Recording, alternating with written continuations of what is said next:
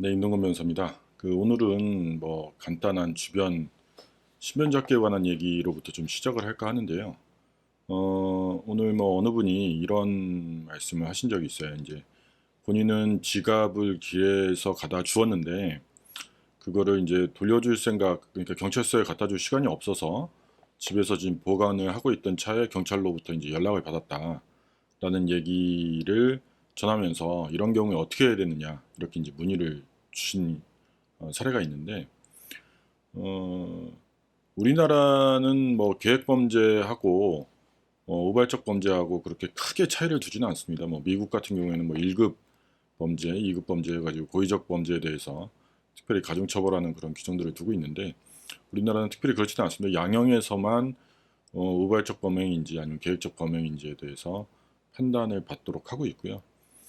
어, 그런 간단한 사안에서 손쉽게 생각하실 수도 있어요. 손쉽게 생각하실 수도 있는데, 실제 이게 그 경찰서에 신고가 돼서 범인으로 지목을 받게 되면, 또는 점유이탈물 횡령죄의 혐의를 받게 되면 벗어나오는데 이제 그 혐의를 벗는데 굉장히 많은 노력과 그리고 그런 피해 이런 것들이 좀 발생을 하게 됩니다.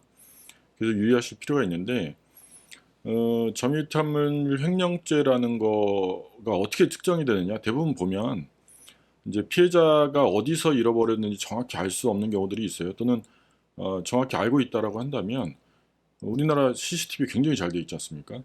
그 CCTV를 추적을 해서 그 지갑을 습득하신 상황을 확인을 하고 그 CCTV를 계속 연속해서 분석을 합니다. 분석을 해서 최종적으로 그분의 신분이 노출될 수 있는 지점을 찾아가요. 예를 들어서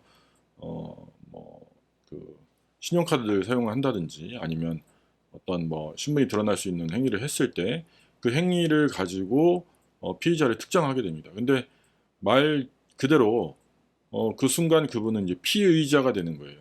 의심을 받고 있는 사람이 된다라는 것이죠. 그렇기 때문에 수사기관에서 가볍게 생각하고 본인의 혐의를 또는 본인의 억울한 점을 풀어줄 것이다라고 생각하시면 굉장히 억울한 상황에 맞닥뜨릴 수가 있어요. 또는 거기에 현금이 들어있었는데 현금이 없어졌다라고 얘기를 하게 되면, 현금이 있었는지 없었는지, 또는 본인은 현금이 없는 걸로 확인을 했는데 있다라고 하면서 현금을 편취한 거 아니냐 이렇게 얘기를 하게 되면 굉장히 곤란한 경우를 겪을 수밖에 없어요. 피해자의 증언은, 피해자의 피해 진술은 유죄의 증거로 사용될 수가 있습니다. 다만 그런데 반면에 피의자 또는 피고인이 얘기하는 본인이 범행을 저지르지 않았다라고 하는 것은 본인의 진술이 증언이 될 수는 없어요. 객관적이지 않다라는 거죠. 좀 불평등한 그런 관계에 놓인다. 가해자는 그러니까 피의자는, 피해자의 진술은 법원이 믿어지지 않고 피해자의 진술은 그게 진실인지 아닌지 크게 개의치 않으면서, 또는 물론 이제 진실이라고 생각하기 때문에 이제 수사가 이루어지긴 하겠지만 피해자의 진술은 유죄 증거로 사용될 수 있다. 그래서 증거가 없는 경우에 피해자의 진술만으로 유죄가 인정되는 경우도 많이 있습니다. 그렇기 때문에 억울한 상황을 당하시지 않으려면 현실적으로는 지갑을 주우시면 안 되겠죠. 네. 길에 있는 건 그냥 버려두시고 가면 됩니다. 그거를 신경 쓰시고 거기에 대해서 어떤 조치를 하실 경우에 큰 문제가 발생한다라고 장담드릴 수는 없지만 불필요한 오해의 소지가 있는 행동은 자제하시길 부탁드려요.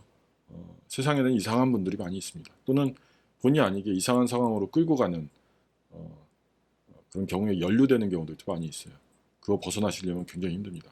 그러니까 지갑이라든지 어떤 습득의 경제적 가치를 가진 물건을 가져갈 때는 아주 가까운 곳에 분식물 센터가 있다라든지 아니면 그런 경우들을 볼 수가 없다. 그러니까 본인 근처에 분식물 또는 유실물 센터가 없다라고 할 때는 줍지 않는 게 산책이다. 매정하지만 이렇게 말씀드릴 수밖에 없습니다. 오늘은 가벼운 얘기로 이야기를 좀 풀어봤습니다. 감사합니다.